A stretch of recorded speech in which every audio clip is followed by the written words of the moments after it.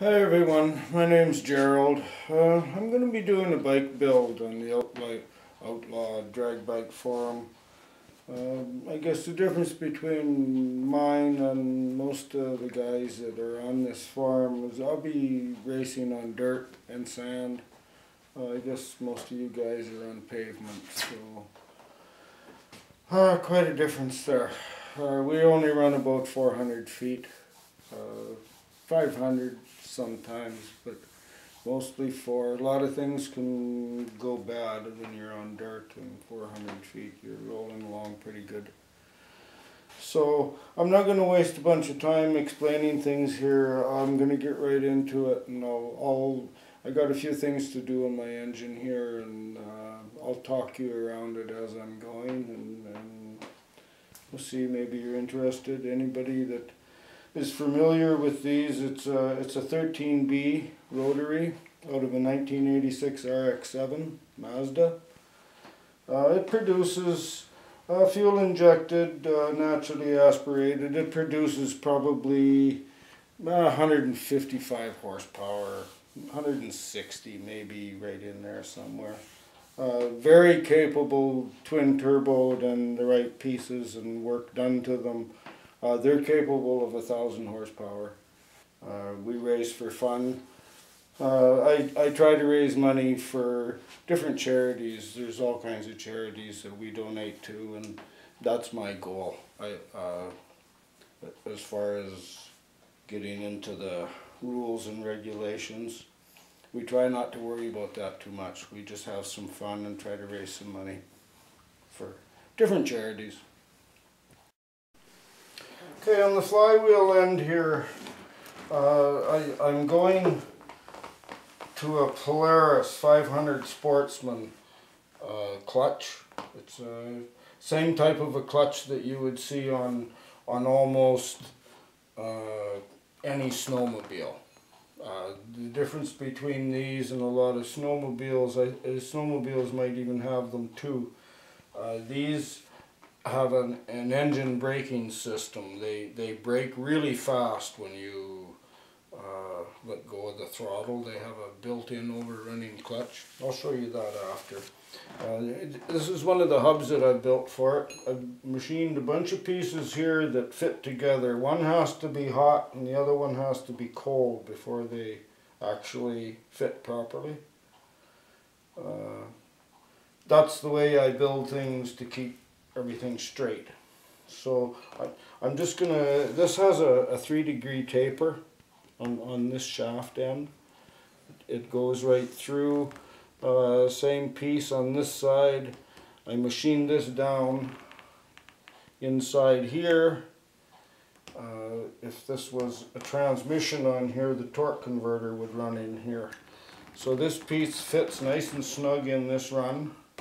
And it'll keep everything running really nice and true, even under heavy torque. So that's my goal, to keep everything straight as possible all the time. There'll be a lot of twist and torque on this frame and drive. And that's just the way I'm going to try to keep it straight. I've machined lots of pieces out here to fit over top of the nut and whatnot. It's threaded inside, drilled and threaded. I just went standard. It's 1/2 inch fine thread standard. No big deal there. We'll just see if we can get this on without too many problems. I've got each piece is marked with a dot so that they line up.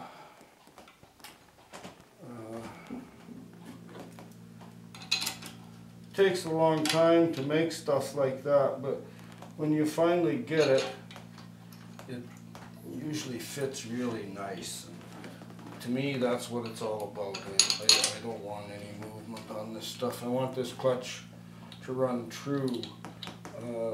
You know, not that it'll turn a lot faster than what the 500 Sportsman Polaris did, but I do have the capability of going a couple thousand RPM, probably higher.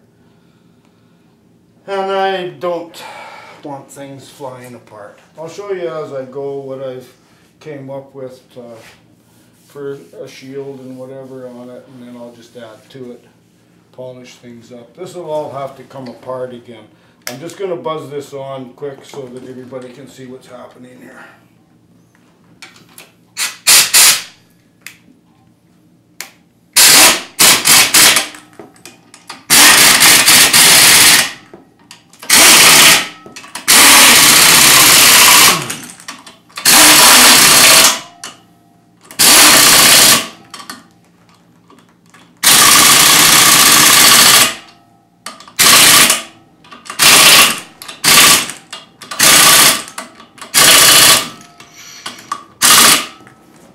There. I've had this on and off here 20 times. I've measured it with my mics. I know it's straight, so I'm not going to prove it to anyone. I just know it is. The clutch itself, I'm running, for now I'm just running the stock spring, stock weights. As near as I can tell, that's what they are anyway. I've taken it apart and I've put new buttons and different things in it, but fairly soft actually. I don't know what's going to happen here, but I have to start somewhere, so I'm going to start stock. There's my 1/2-inch bolt, fine thread.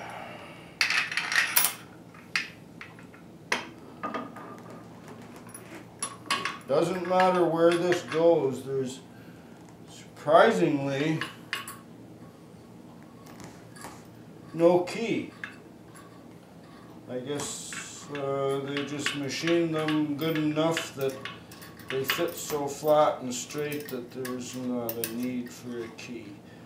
And also, I guess being the drive pulley, it hasn't got a terrific amount of torque on it like the secondary, like the driven pulley will have. I have to really be careful with it, with what I do. And I'm just going to rattle this on too.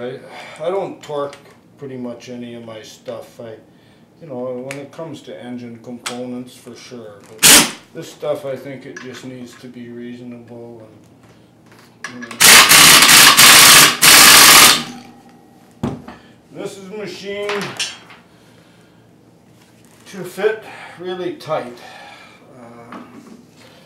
It's just the way I made it. So that's not as tight as it should be, but it's plenty good for this. So you can see how we've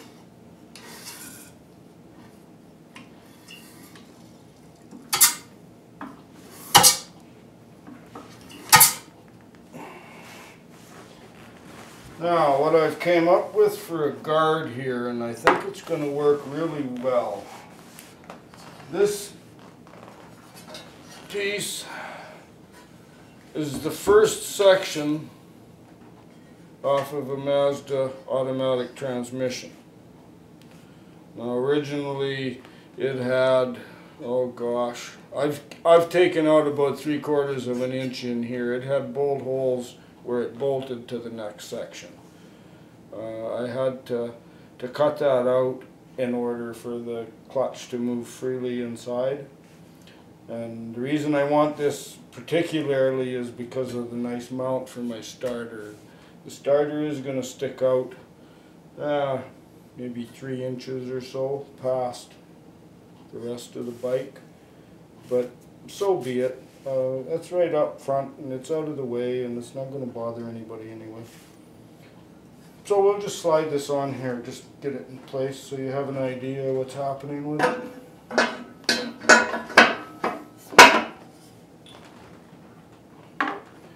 Anyone that has something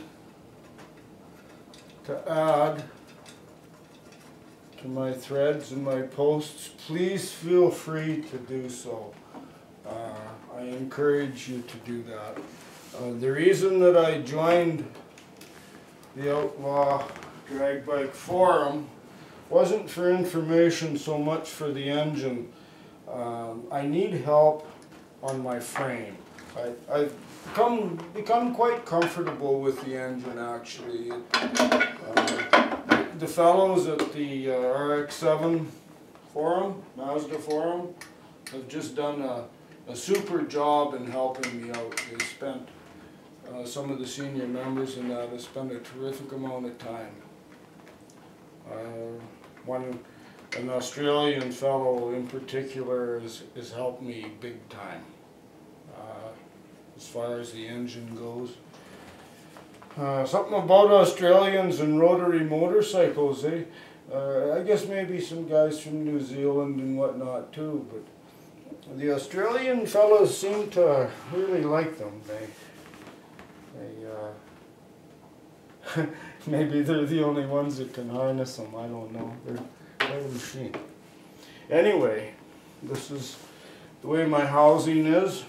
My starter does stick out a little bit here, but like I say, I can live with it. And I do need one. I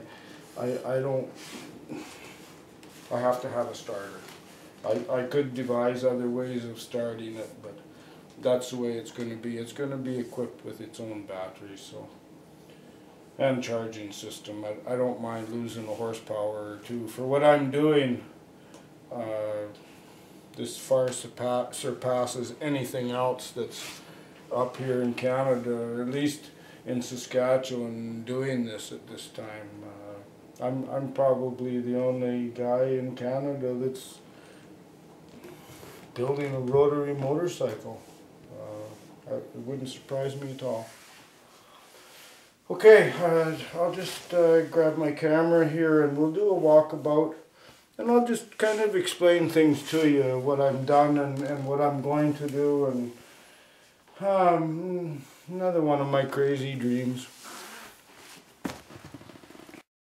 Okay, so like I said, what we have here is a 13B rotary from 1986 RX-7 Mazda. They're a very nice little engine. This is a 6-port. All of these here were. They were all 6 ports. They have 2 actuator valves, one here, one on the other side here. Which way am I going? There we go. They're much the same as what most guys would understand as a 4-barrel carburetor. They have actually 6 ports. There's 3 ports going into each rotor. This is just a twin rotor. I have a mechanism built here. Everything that you guys see on here is either out of a car, off of a different bike, like the front end. It's a track front end off a Honda. Actually, I really like it. It's gonna work all right, I think. I make all my own stuff. I don't buy shit in stores. If I wanted to do that, I don't think it would be much fun. Anybody can make a shiny store bike. Even the pipes, I made all that stuff myself. I'm running a 500 Holley carburetor that's had massive changes done to it. It's got a manual adjustment for enriching.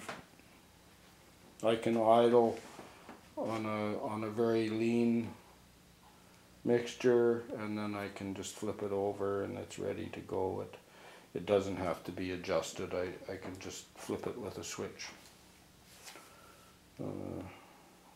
Power valve's plugged off. It has no power valve anymore. It just runs straight. And I guess that's about all I can really tell you about it. The rest of it is almost stock, I guess. I've changed very little on it other than that, which I guess that's fairly major, but the rest of it, I haven't changed throttle plates or anything on it. That's just the way they always were. I have jets when you block off your power valve, the jets, I went up, I think 4 sizes from stock, from what they start with, and that's where we work from there. It's got a nice little set of tubes. Goes down into the intake.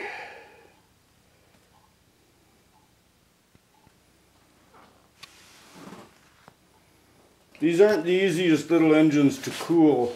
They fire at such a terrific rate. It takes 2 revolutions to make a complete revolution inside, and they actually fire 3 times a revolution. There is no cooling period like a valve engine has, blowing exhaust out. These little dudes are blowing exhaust always. There is no exhaust stroke. They're just blowing the fire out on the way by, more or less, I guess is the way you explain it. Dragon's Breath is the name of it, and believe me, it earns its name. There's a lot of fire coming out of that unit when it's on the move. I ran it this last fall. I had it all in line, automatic transmission, oh boy, a drive and a shaft drive on the back. I think you guys seen, or maybe you guys didn't see, on my entry into the forum here, I did put a video there that everyone could see it. The ignition system is a double vacuum.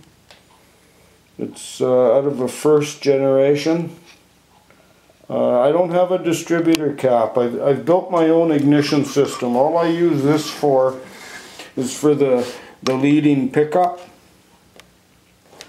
and then I feed it directly to 2 General Motors modules, and then I feed straight to the coils. The coils are just powered directly from the ignition switch. Like I say, there's no distributor. I don't use the trailing spark plugs. Trailing plugs are on top, leading on the bottom. The leading are actually the guys that do the job. It runs, they all run equally well without the trailing. They're actually designed for emissions. These engines can't make emissions. They've done many things to do that. The electrical stuff on these is unbelievable. So I've done away with the trailing. It's useless to me. Just much easier to run. So what it is a direct fire ignition system. You see both rotor housings, one housing here, one of course right where the plugs are. They're aluminum with a plating on the inside. I'm not sure exactly what it is. It's some kind of a chromium plating on them.